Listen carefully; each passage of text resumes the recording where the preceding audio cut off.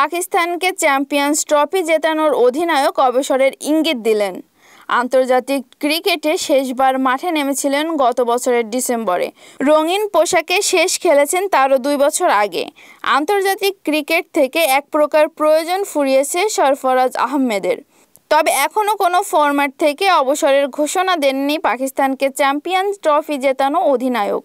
আন্তর্জাতিক ক্রিকেট থেকে ছিটকে যাওয়া সরফরাজ বর্তমানে দায়িত্ব পালন করছেন পাকিস্তানের ঘরোয়া একটি ক্লাবের পরামর্শক হিসেবে। এখনও ঘরোয়া বিভিন্ন টুর্নামেন্টে খেলোয়াড় হিসেবে অংশ নিলেও দ্রুতই ইতি ঘটতে যাচ্ছে তার ক্রিকেট ক্যারিয়ারের। সম্প্রতি এক সংবাদ সম্মেলনে এই ইঙ্গিত দিয়েছেন সরফরাজ নিজেই। শনিবার রাত থেকে মাঠে গড়াবে পাকিস্তানের ঘরোয়া টুর্নামেন্ট চ্যাম্পিয়ন্স কাপ টি-20 টুর্নামেন্টের অন্যতম দল ডলফিন্সের পরামর্শক হিসেবে কাজ করেছেন সরফরাজ। সেই দলের হয়ে শুক্রবার সংবাদ সম্মেলনে আসেন সরফরাজ। কথা বলেন নিজের অবসর নিয়ে। তিনি বলেন তিনি তার ক্যারিয়ার নিয়ে যতটা সম্ভব সচেতন।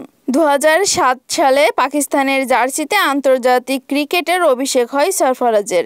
এরপর জাতীয় দলে তিনি 54 টেস্ট, 117 ওয়ানডে এবং 61টি টি-20 ম্যাচ খেলেছেন। 32 50 ও 6 সেঞ্চুরিতে তিনি সব মিলিয়ে করেছেন 6164 রান। 2017 সালে পাকিস্তানের আইসিসি চ্যাম্পিয়ন্স ট্রফি জয়ী দলের অধিনায়ক ছিলেন সরফরাজ।